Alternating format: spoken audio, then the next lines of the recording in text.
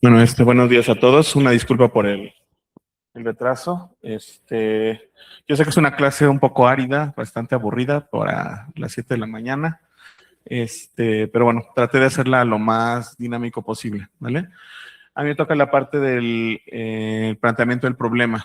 Yo sé que vienen de varias especialidades, pero traté de hacerlo, como les comento, un poquito más dinámico y sobre todo con ejemplos que me van a ayudar a hacer, ¿vale? Bueno, antes que nada me presento, soy el doctor Rodrigo Hiroshi González Luna, soy el profesor titular, jefe de servicio del área de inmunología pediátrica aquí en el hospital.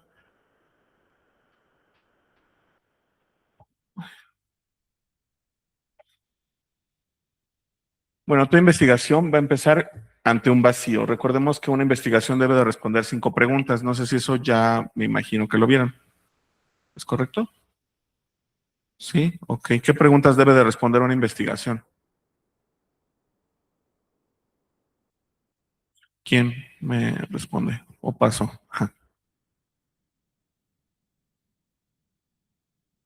¿Qué se desconoce? Es decir, ¿qué es lo que tenemos? Obviamente el objetivo de la investigación.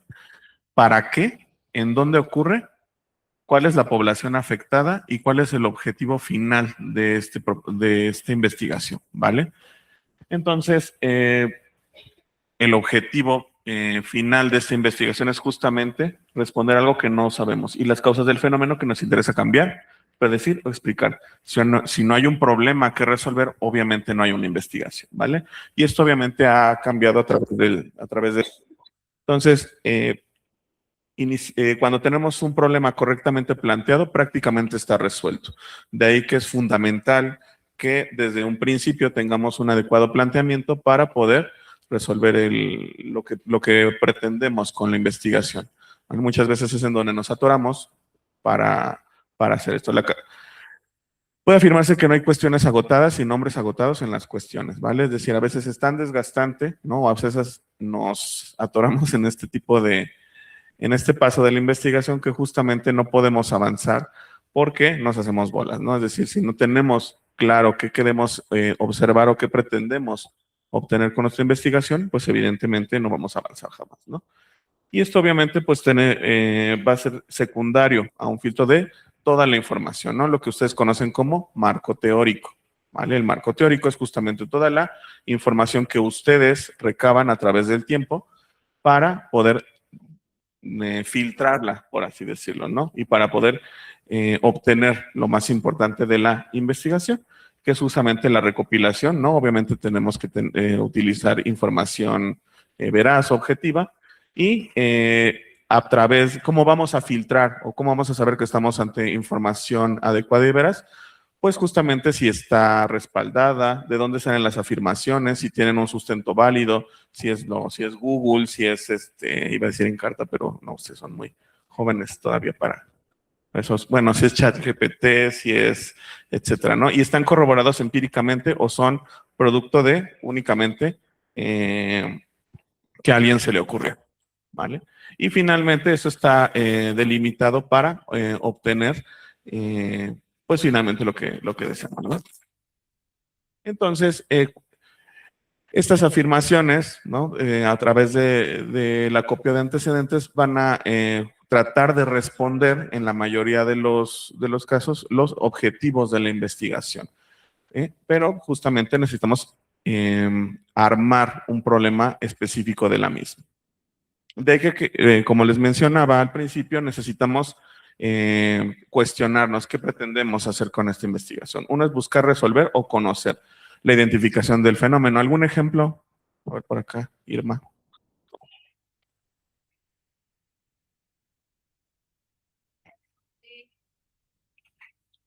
Si el uso de monoclonales, por ejemplo, ahorita el tezepelumab es beneficioso, como ayer lo vimos en una clase que tuvimos en línea, para disminuir el uso de corticosteroides sistémicos.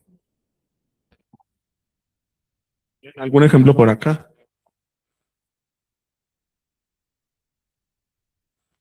¿De qué especialidades vienen? Están los de gineco, porque están ejemplos de gineco, de interna, de pediatría. ¿Los pediatras dónde están? Que no hay pediatras, híjole. Bueno, de alergia traigo, obviamente. Bueno, ¿cómo voy a lograrlo? Es decir, la ruta metodológica. ¿Qué variables están implícitas? ¿Qué variables, si ustedes hacen su cuadro de variables, pues vamos a recordar que hay variables que son dependientes, unas que son independientes, y si este grupo de variables van a responder a la problemática.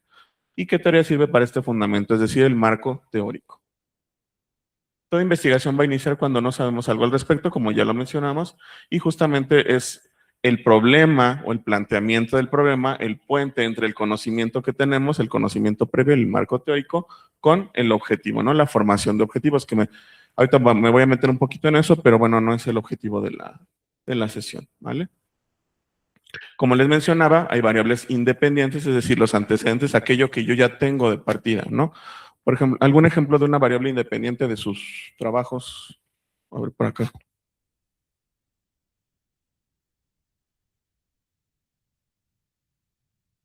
¿Cómo se llama?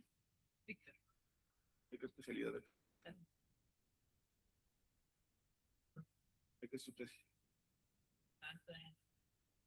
Bueno, es que son R1, ¿verdad? Sí. Bueno, algo que te interese, doctor, ¿no? En lo que hayas pensado en hacer tu tesis.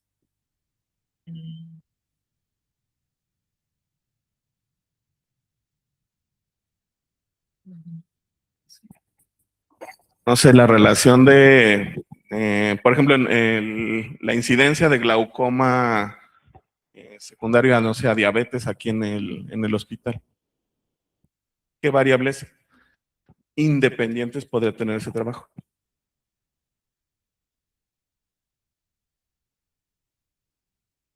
Alguien que le ayude a su compañero.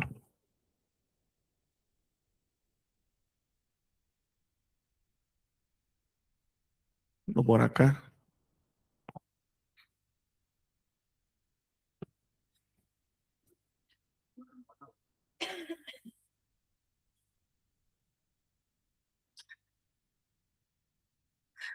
La náusea de anestesiología. Tatiana. La náusea y vómito posoperatorio como factor independiente podría ser la edad. ¿Cómo, perdón? No sé. La edad. La edad, muy bien. Tú me imagino que ves no ven niños, ¿verdad? Ustedes. Bueno, desde niños hasta adultos mayores, ¿no? Efectivamente. Entonces, la edad es uno, obviamente el género, todo lo que no puedo cambiar, ¿no? De mi población en general, ¿no?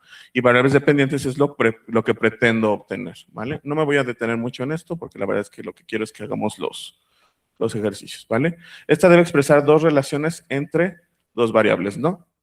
Debe estar formulada como una pregunta generalmente, sin ambigüedades, qué efecto tiene y qué condiciones. Entre más sencillo, más desmenuzado esté un planteamiento del problema, es mucho más sencillo responder una pregunta, ¿vale? Y esta debe implicar una prueba empírica, es decir, observable y reproducible, ¿no? No sé si ya vieron lo de la mnemotecnia de Finere, ¿no? Que cómo debe de ser una investigación factible, es decir, no algo que se pueda hacer, ¿no? Recordemos que estamos en México, no tenemos dinero, muchos recursos, entonces, si quieren hacer un exoma, por ejemplo, ¿no? O alguna técnica de biología molecular, pues nos va a costar mucho trabajo hacerla, ¿no? Entonces debe ser factible, ¿no? Y lo más factible es agarrar los expedientes, ¿no? Justamente, agarrar los expedientes, leerlos, ¿no? Que justamente es lo que hemos tratado de evitar, ¿no? Que sean más protocolos, por ejemplo, ensayos clínicos, cosas un poquito más innovadoras, ¿no? Algo que realmente se pueda aplicar, ¿no? La idea innovador, ¿no? A lo mejor siempre les decimos, bueno, yo, por ejemplo, a mis residentes de inmunología, bueno, o con los residentes de pediatría, cuando me toca hacer las tesis con ellos, que a lo mejor no es tampoco que ganen el premio Nobel de Medicina, ¿no? A lo mejor es algo que ya se sabe, ya se ha estudiado, hay mucha información al respecto, pero lo importante es que es en población mexicana, porque es obviamente la mayoría de la literatura que ustedes buscan o de la que tenemos acceso, pues es información en Europa, en Estados Unidos, ¿no? Donde obviamente pues la población es diferente, ¿no? Todas las variables sociodemográficas, que es lo que más se modifica. Que sea reproducible, es decir, algo que se pueda repetir, ¿no? Y que no cambie en gran medida por hacerlo aquí en este hospital, o hacerlo si se van a trabajar a otro hospital, o hacerlo en otro estado, o hacerlo con una población un poquito más diferente, ¿no? Pues justamente lo que mencionaba por acá Tatiana, ¿no? Las variables que no podemos modificar. Y entonces, pues esto va a ser como el constructo, el cascarón de un edificio, que es justamente los objetivos, las guías y metas del estudio, las preguntas de investigación, qué justificación tiene este estudio, el por qué y el para qué, si los cimientos va a ser justamente la viabilidad de este estudio, que es justamente a lo que me estoy refiriendo, y las consecuencias, ¿no? Que es justamente el resultado, y obviamente las implicaciones éticas, ¿no? Que me imagino que van a ir un poquito más adelante, es justamente lo de todos los tratados, los comités de ética, los comités de investigación, que justamente tiene que ser una investigación que se pueda realizar, pero que no tenga ni que transgreda justamente los pilares de la bioética. ¿Alguien sabe cuáles son los fundamentos de bioética? Muy bien acá. Autonomía, beneficencia, no maleficencia. Y justicia. Muy bien. Entonces, toda investigación debe tener esos 4 pilares. Pues esto es un poquito de lo que he mencionado, que es justamente partir de un primer peldaño, que es justamente definir, enumerar, ¿no? Existe algo que se llama taxonomía de Bloom, que es justamente la colección o la lista de verbos que ustedes pueden utilizar para formular un objetivo. Generalmente, pues preferimos que sea mucho más específico y no hablar, por ejemplo, de enlistar o de explicar o de definir, etcétera. Entonces tiene que irnos de lo más general a lo mucho más específico. Entonces, algo que nos va a hacer recordar información, por ejemplo, es definir. Definir a la población con obesidad en México para posteriormente estudiarla de acuerdo a síndrome metabólico, ¿no? Por ejemplo. Interpretar en palabras propias, explicar o resumir. No tratar de utilizar un lenguaje técnico en la mayoría de lo posible, usar saber en una nueva situación, aplicar, demostrar, medir, enumerar, contabilizar, etcétera. Mostrar relaciones entre cada una, comparar, examinar, juntar partes para formar un nuevo todo, diseñar, formular, diseñar una escala de validación para medición de un ángulo de acuerdo a una fractura, ¿no? Por ejemplo. Y hacer juicios con criterios, juzgar, recomendar, ¿no? Idear, ¿no? Finalmente, realizar una escala de clasificación para pacientes con asma, dependiendo de los criterios de gravedad, de cómo llegan al servicio de urgencias. Bueno, los objetivos deben ser congruentes entre sí. Y finalmente, ¿cómo vamos a estructurar un objetivo general previo a un planteamiento de problema? Es quién, ¿no? Como les mencionaba, a quién va aplicado, a quién afecta, la entidad que realiza la acción. La acción como tal, como les mencionaba, la taxonomía de Bloom, ¿no? Utilizar los verbos en infinitivo. ¿Quién o para quién? Es decir, ¿qué pretendo o para quién va a ser beneficiada el objetivo de la investigación? Como les mencionaba también al principio, dónde, cuándo, por qué, o sea, qué finalidad tiene, en dónde se va a realizar, para qué. Síndrome metabólico en población pediátrica, se va a medir el perímetro braquial o la brazada de la población pediátrica de, no sé, de 7 años a 12 años, de ambos sexos o de ambos géneros, de tal edad a tal edad, en el servicio de urgencias de pediatría del Hospital Regional General Ignacio Zaragoza. ¿Y cómo lo vamos a hacer? ¿No? Mediante como les mencionaba, mediante el perímetro braquial o mediante el índice de masa corporal. Entonces, bueno, eso es un poquito de lo que les mencionaba. Me voy a ir un poquito más rápido. Conveniencia, el propósito. ¿Qué tan conveniente es, como les mencionaba, de la mnemotecnia de Finere, de cuando empezamos a hacer una investigación? ¿Qué propósito tiene? ¿Para qué tan conveniente es? ¿Es ético? ¿No va a transgredir o no es aplicable para la población? ¿Qué impacto tiene para la sociedad? ¿Quiénes se van a beneficiar? ¿El instituto se va a beneficiar? ¿Qué pretendemos obtener con esta investigación? ¿Qué problema vamos a solucionar con esta intervención o con esta aplicación o con esta escala o etcétera? El conocimiento que vamos a dejar, qué conocimiento estamos tratando de llenar, ¿no? ¿Qué pregunta nos vamos a hacer? Va a dar pie a nuevos procesos de investigación y cómo lo vamos a hacer, mediante una herramienta, mediante un instrumento de recolección, vamos a definir un concepto o vamos a mejorar una técnica que ya existe, ¿no?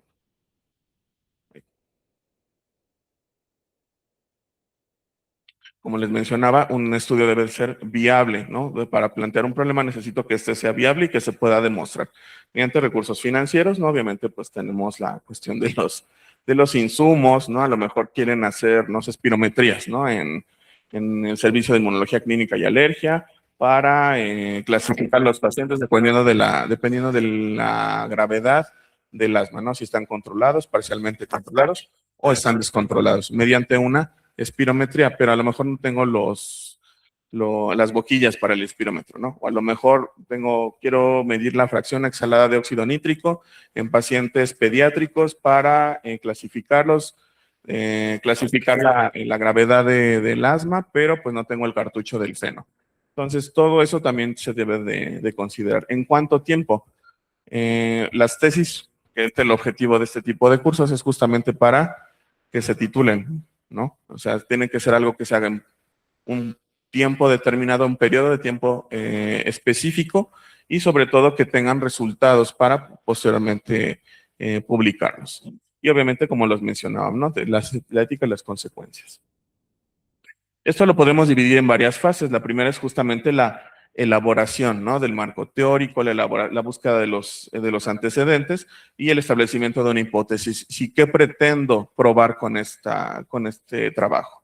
La instrumentación, por ejemplo, si van a hacer una prueba piloto, si van a hacer un cuestionario, si van a hacer una clasificación, si van a hacer una encuesta, hay que hacer las preguntas, hay que validar esas preguntas, es decir, tengo que repartir, ¿no? Tengo que aplicar esa encuesta a población más o menos con las mismas características para ver si se entiende esa pregunta, si se entiende ese cuestionario y si quiero obtener las respuestas que pretendo con el mismo.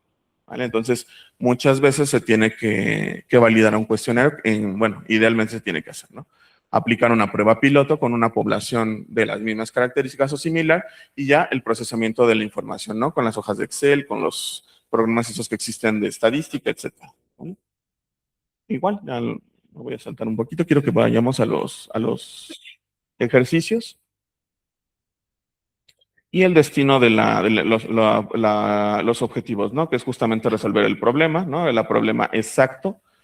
utilizar si es posible alguna evidencia que se tenga al respecto, ¿no? Sobre todo si ya son enfermedades conocidas, ¿no? La taxonomía que les mencionaba.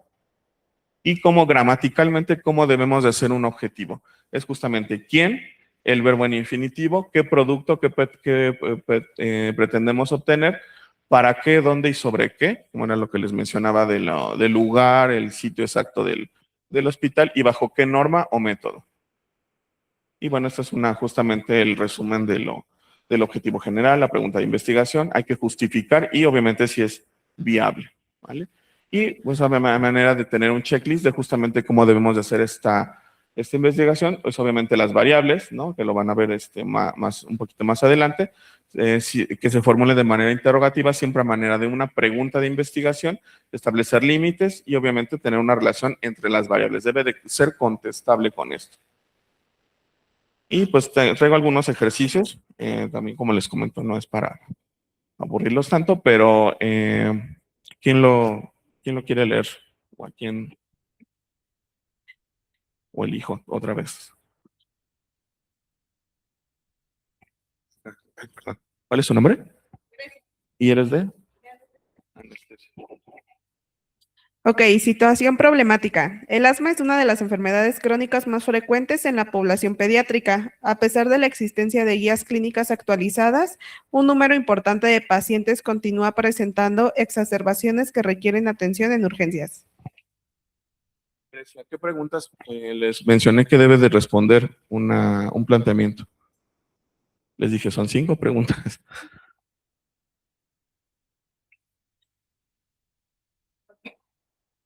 ¿Qué te está diciendo? Este es el problema, es lo que yo quiero, lo que tú quieres investigar.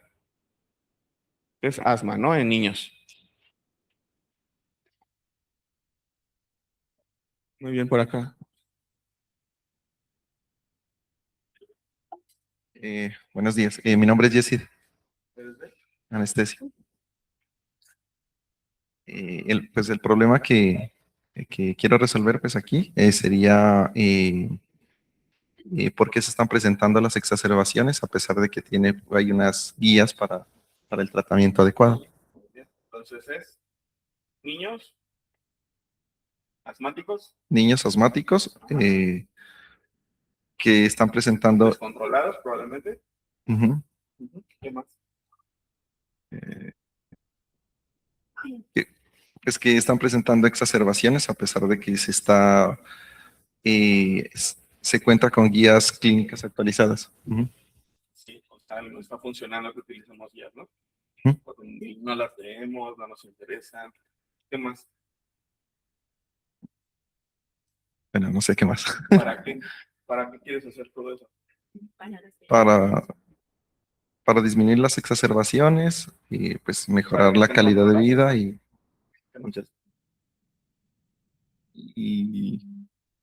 Te falta algo muy importante. Están en China, en Egipto, te interesa ver cómo están en la India. en México, en Colombia. Más delimitado porque pues es hablar de niños, puede ser desde los 30, desde la hora de nacido hasta No. los 17 meses, 29. En el Hospital Zaragoza. Bueno, sí, pero En urgencias. sí, muy bien. Pero qué rango, o sea, hay neonatos con asma. Yo sé que no es claro, pero o te interesa ver, encontrarás No. no sé, mil neonatos con asma, encontrar. No, doctor. Yo lo dudo.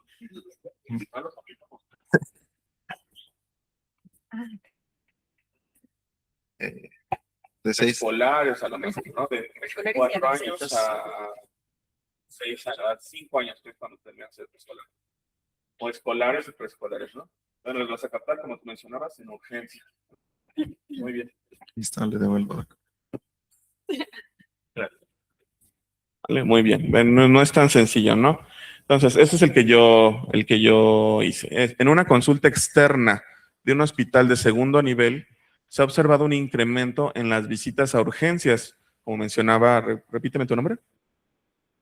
¿Jessie? Ok, Jessie. por su incremento en las visitas a urgencias por exacerbaciones asmáticas en niños que reciben un tratamiento de mantenimiento. Entonces, vean, yo ya estoy delimitando que es en la consulta externa, en un hospital de segundo nivel. Se ha observado, ¿no? Es un incremento en las visitas a urgencias por exacerbaciones asmáticas en niños que reciben tratamiento de mantenimiento. Es decir, a pesar de que ya están diagnosticados y con tratamiento, siguen exacerbándose, que es lo que me interesa saber. Se desconoce si este fenómeno, ¿qué fenómeno? Pues que tengan las exacerbaciones a pesar de estar en tratamiento de mantenimiento, está relacionado con o una mala adherencia al tratamiento, una técnica incorrecta con el uso de inhaladores o con deficiencias en la educación médica proporcionada al paciente y obviamente a los padres, a los cuidadores, a los maestros, etcétera, ¿vale? Aquí está la principal problemática. Yo no sé si estos niños que a pesar de que tienen tratamiento farmacológico de mantenimiento y que ya están adecuadamente diagnosticados, asumiendo que ya están en la consulta externa, porque no los estoy agarrando en urgencias, estoy en un hospital de segundo nivel, seguramente los está viendo un pediatra o un alergólogo o un neumólogo, y se desconoce si esto es debido a 3 problemas que he visto, ¿no? O que sé porque ya hice mi marco teórico, y justamente no sé si es porque no saben utilizar el medicamento, a lo mejor no les gusta utilizar el medicamento, no saben utilizarlo, no saben utilizar los dispositivos porque nunca les hemos explicado, porque a lo mejor no van a la consulta, no hay medicamentos, o no simplemente no se los quieren administrar, o a lo mejor nosotros no les hemos explicado adecuadamente cuál es el diagnóstico, qué tratamiento tiene, cómo se utiliza, cada cuánto se utiliza, o durante cuánto tiempo se utiliza, ¿vale? Y si la falta de información dificulta el diseño de estrategias efectivas para reducir las exacerbaciones y mejorar el control de la enfermedad. ¿Cirujanos ahí?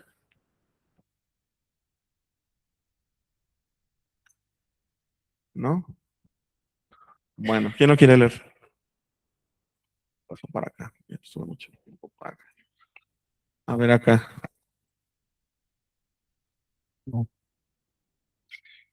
Situación problemática. Las infecciones de sitio quirúrgico representan una causa importante de morbilidad posoperatoria. ¿Qué te interesa? ¿No? Diana, ¿eres de? Imagen. ¿Qué te interesaría saber de eso? Eres médico general.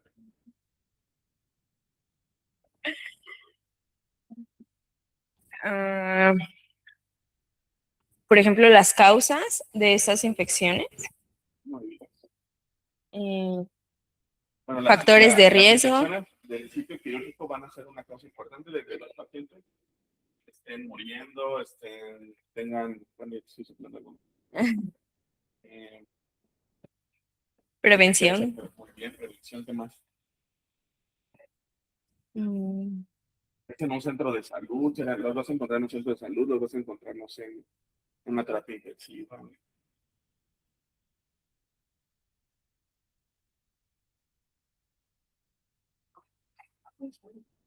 Pues sí, es a nivel hospitalario. Muy bien, hospitalario.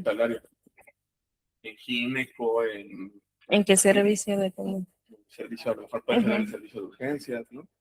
O puede ser a lo mejor ya en el servicio de cirugía, en el piso de cirugía, ¿no? ¿Qué más?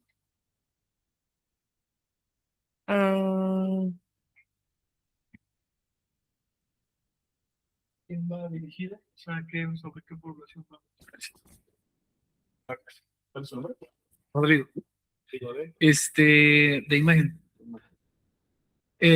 También nos interesaría saber a quién va dirigido el estudio, si vamos a hacer sobre alguna población en específico, por ejemplo, diabéticos o adultos mayores, que son los que mayormente. Se pueden complicar mucho. Ajá.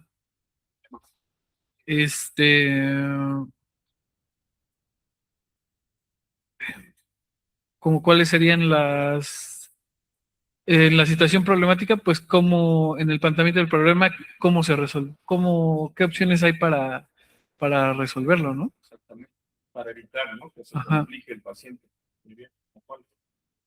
Pues primero sería identificar los factores de riesgo y ver en cuáles se puede incidir para evitarlo, que eso sería una variable dependiente.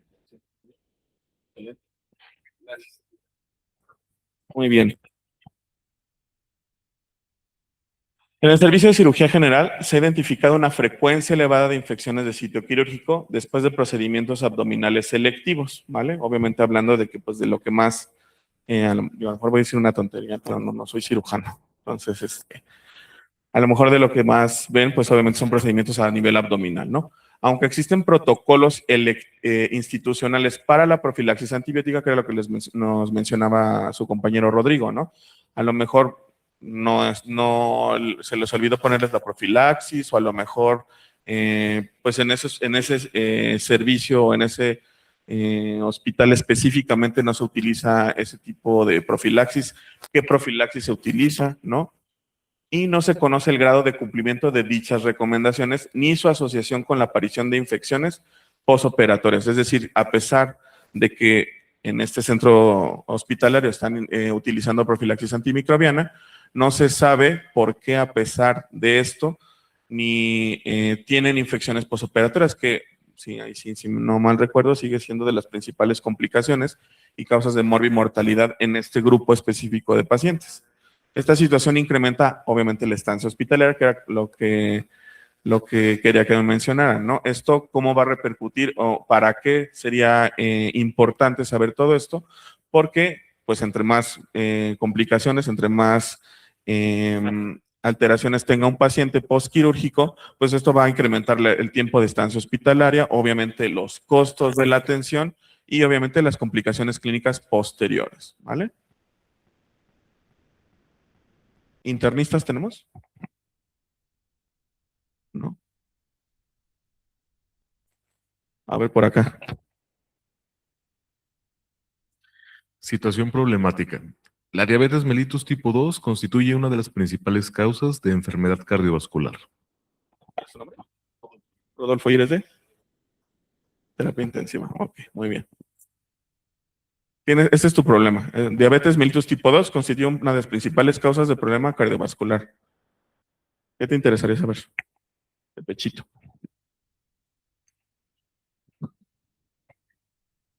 Pues directamente la asociación con las enfermedades cardiovasculares. ¿Qué tipo de enfermedades cardiovasculares? Por supuesto, estamos hablando específicamente del tipo de paciente, limitar la población a edad, género, podría ser. ¿Se me ocurre? Pues no vas a encontrar una población. Eres muy temerario y quieres abordar niños y adultos, ¿no? Pero creo que vas a encontrar más población Adulta. ¿Qué más? ¿Dónde la vas a encontrar? ¿En un centro de salud? Digo, probablemente, a lo mejor, pero por primer nivel.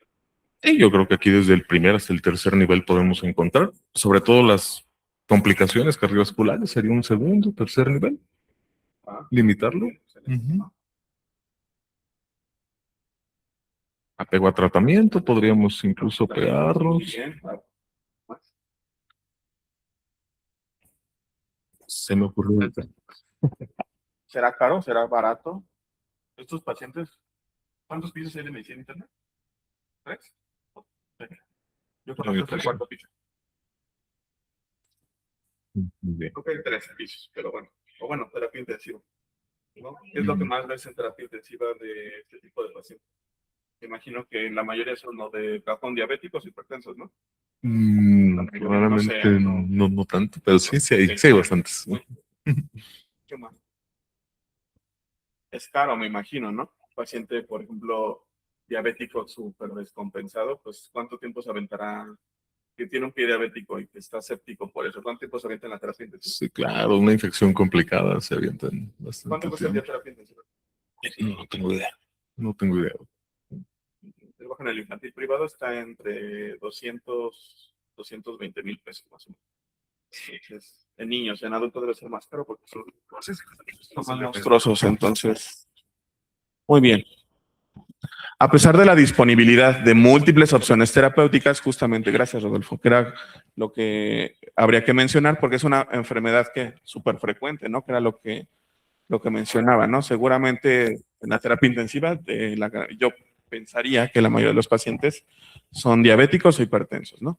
Entonces, a pesar de la disponibilidad de múltiples opciones terapéuticas, una proporción considerable de este tipo de paciente con diabetes tipo 2, atendidos en la consulta externa, presenta niveles de hemoglobina glicosilada por encima de las metas recomendadas, ¿no?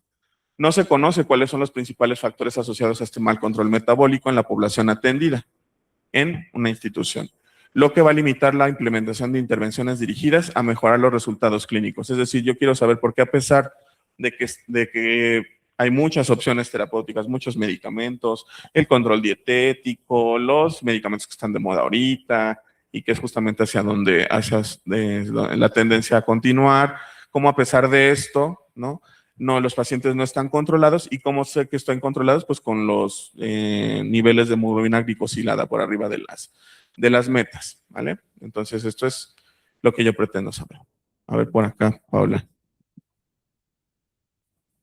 La obesidad infantil continúa aumentando en México.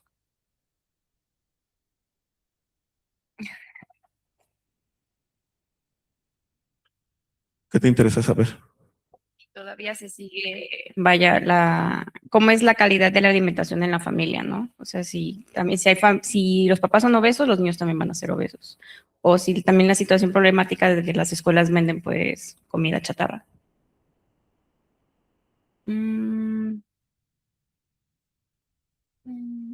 Las comorbilidades que puede haber.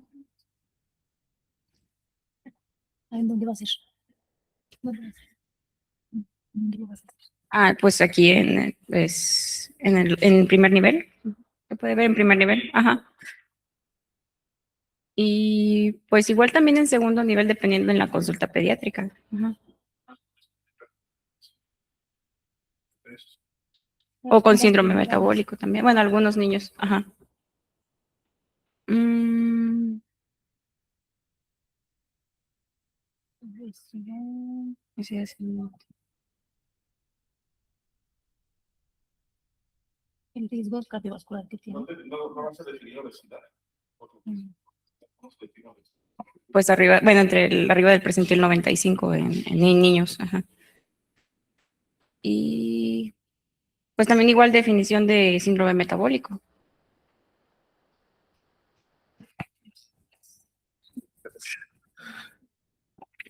Durante los últimos años se ha observado un incremento en el número de escolares, era lo que necesitaba que Paola me dijera, en qué población, en escolares con sobrepeso y obesidad atendidos en la consulta de pediatría, ¿vale? O sea, mi problema es que ha incrementado a pesar de todas las estrategias, ¿no? Que es justamente lo que sigue. Sin embargo, se desconoce la relación entre los hábitos alimentarios, el tiempo dedicado a dispositivos electrónicos que estén con el iPad, la tableta o el celular, y la actividad física en esta población en específico. La ausencia de esta información dificulta el desarrollo de programas preventivos adaptados a las necesidades locales. La mayoría de los programas actualmente dirigidos a este tipo de población, pues son muy idealizados, ¿no? O sea, es que el niño haga ejercicio, que a cierta hora, que coma salmón y que coma vaya a su rutina de ejercicio y que haga yoga y que los papás también hagan ejercicio con él, dejen de trabajar, etcétera, ¿no? Entonces son muy idealizados y son fuera de la realidad. Entonces, lo ideal sería aplicarlo justamente a la población mexicana, ¿no? ¿Hay ginecos aquí? ¿No? Bueno, a ver acá.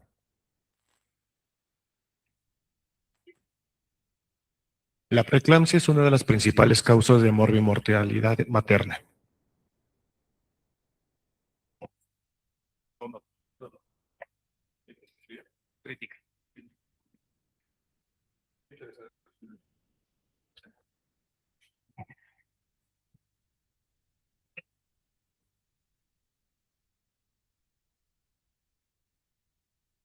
Por ejemplo, ¿cuáles son los criterios de severidad que más se pueden presentar a la hora de detectar una paciente con preeclampsia?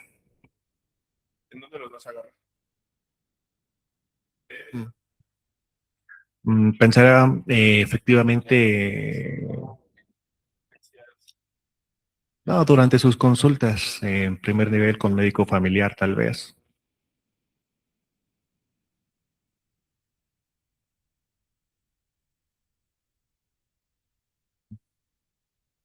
mujeres en edad fértil, tal vez desde los 18 años de edad para evitar temas éticos por edad,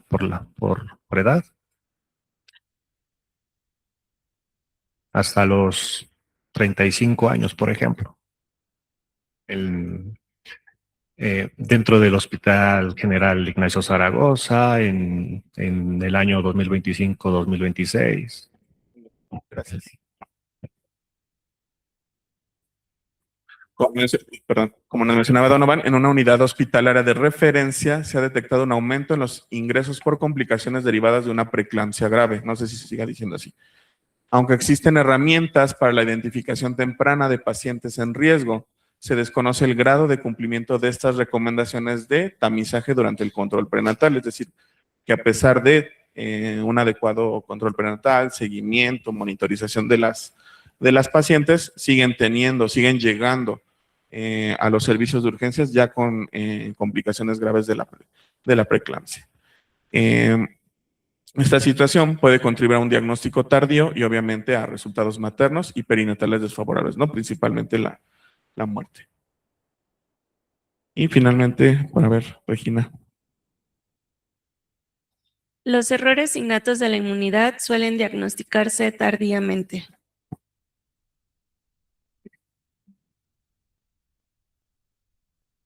Bueno, aquí veríamos precisamente como la población que va a ser como, puede ser desde el nacimiento e incluso en lactantes, que es como la población principalmente donde se identifican. ¿Qué más? Bueno, se llegan a diagnosticar o a identificar igual desde un segundo o tercer nivel, por ejemplo, en la consulta de seguimiento de niño sano, esto igual en primer nivel, o pues en seguimiento con el pediatra. Complicaciones que los pacientes pueden llegar a presentar, que inclusive pueden llegar hasta un servicio de urgencias. ¿En dónde los dos agarran? Los errores innatos de la inmunidad son las inmunodeficiencias primarias.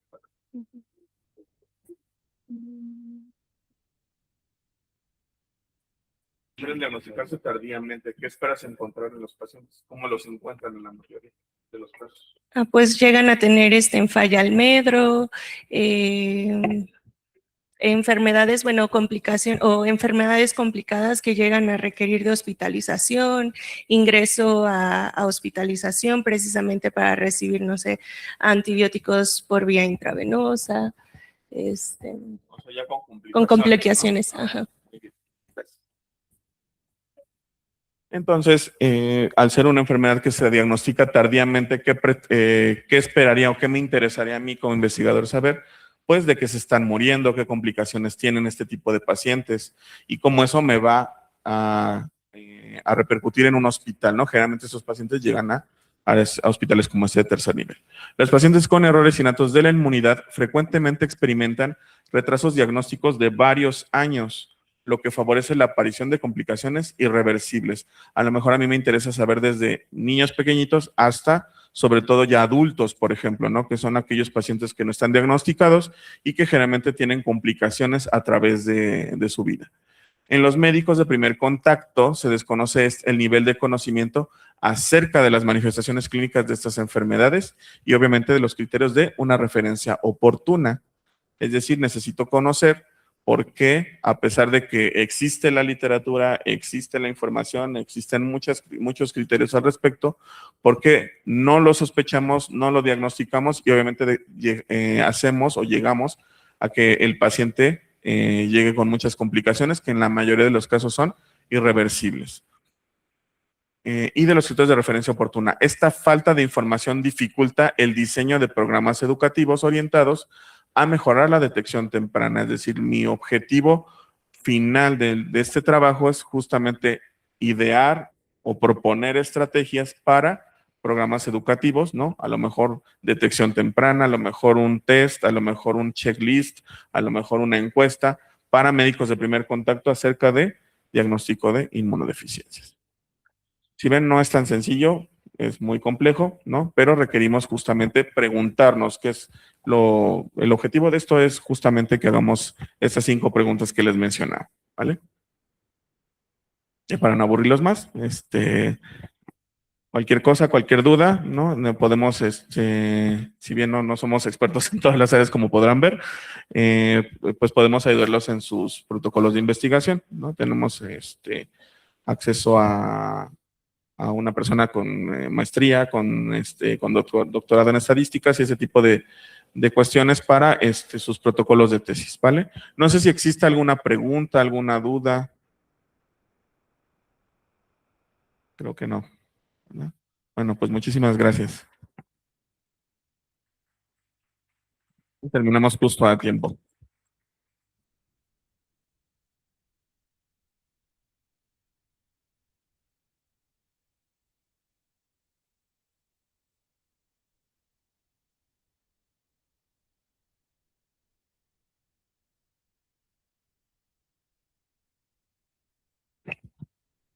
Bueno, hay unas preguntas de evaluación que son justamente esas que creo que es escaneando el QR.